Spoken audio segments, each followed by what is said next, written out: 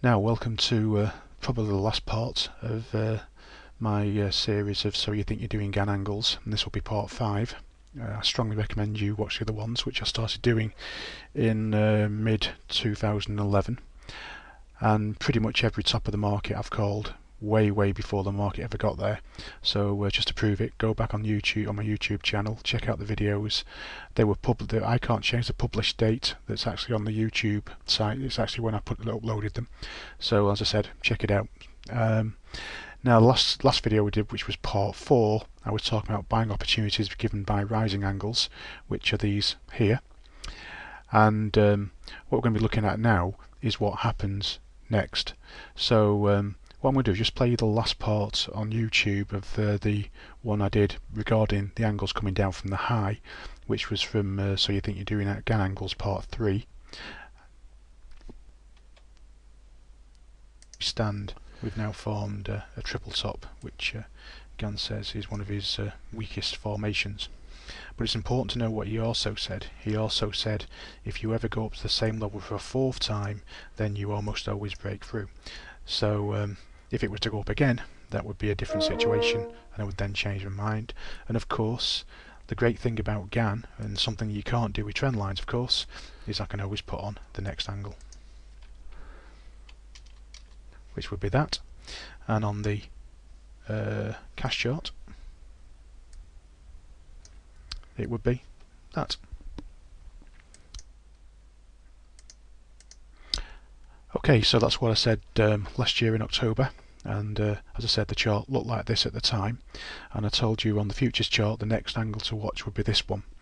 I also said that if the market ever went up to this level, at this angle again, the -2/1, it would probably break through, because Gann said that triple tops are very weak, but if you go up to the same level for a 4th time, you tend to break through. So let's see what happens. The market goes up, it has a fall, goes back up again. It actually stops on the trend line, because even though it's an angle, once people can see it, because they've seen that top, they draw a line from the all-time high through that point and then be looking to short it on the trend line.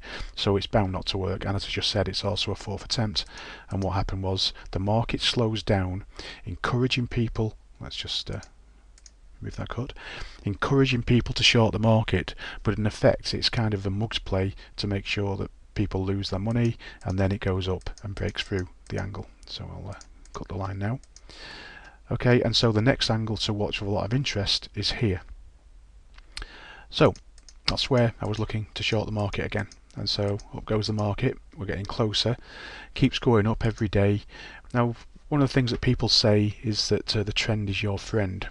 It's a fantastic saying to say with the benefit of hindsight when you can see it, but I would actually say it's never more dangerous than to trade with a trend. It all comes down to where you get in.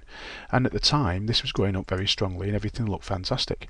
It goes down, but then it keeps going back up again. You know, it's just a one-way trade. But then we reach the 1/1 coming down from the all-time high. Let's see what happens. Now, the only time I ever watch intraday prices is when I'm about to make a trade, and so I was watching it here for some kind of weakness. I'd have to show you, when you're looking at intraday prices, you've got to have experience about what a mug's trades when you're looking at the prices, so it's hard to explain why I didn't do it, but I didn't do it, and it went into this very narrow range for 3 days, and then the 4th day, and then on the next day it broke through the 1/1 angle. However, I didn't think it had broke the angle, and it's very similar to what I said.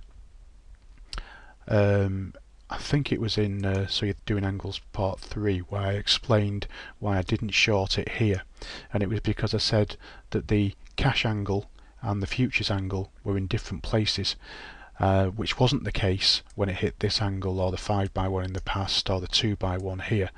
They all hit at exactly the same place. But the same thing actually happened when it got to the 1/1, as you're going to see in a minute.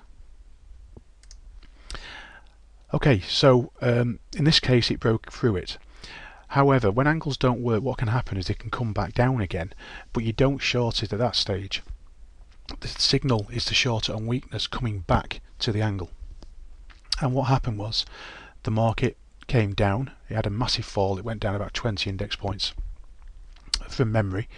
and then the next day had a big fall, and then it came back up again, and then it touched the angle. Now it's hard to see on this scale, but we came back exactly to the 1x1 angle. That's where I was going to short it. I thought, and I have a rule where I wait 20 minutes before I get into the trade, just to make sure it doesn't go through the level. Unfortunately, by the time 20 minutes had gone, it had collapsed very, very quickly, and unfortunately I missed it. But that was a weak sign. Now it then went back up again, had a massive rise, but you can see this angle was put on, I put that angle on over a year ago, back in 2011, and it's exactly where the market turned. Since I showed you the last video when it hit the 2x1, okay, it's when it went through there, it just pretty much went straight up. So it's not like I'm just picking the only places where the market turned. The only places where the market turned are at these levels. It turned, bear with me, it turned here, and the next major turn was actually here where the actual angle was. And then just recently the market got to the angle again and then went down and it broke through, and we're now look like that. Now, as I said, the angles are now getting too flat.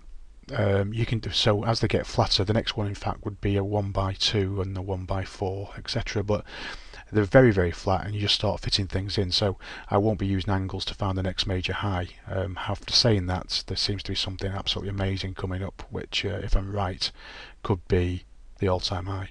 But time will tell, and I'll keep that to myself and just clients, of course.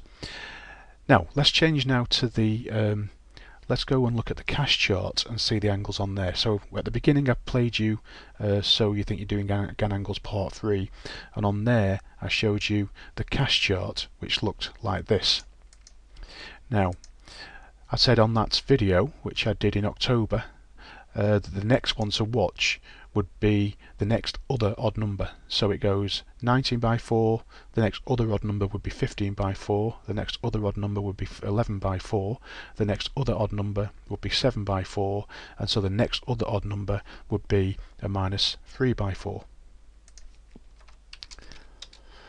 Now, when we had that sideways movement I was talking to you before, which was here, it hadn't actually reached the 3x4 on this chart, and so that's why I didn't think it had broken the angle, because of that.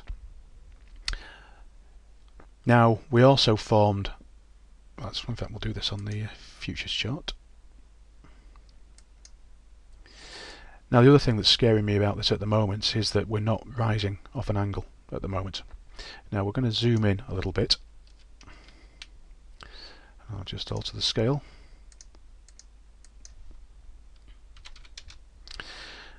Okay, now I did a video regarding these angles coming up, and one of them there is a 16x1, and it's one of the numbers that Gann used, which is, and the angles were 1x1, 2x1, 4x1, 8x1, 16x1, 32x1.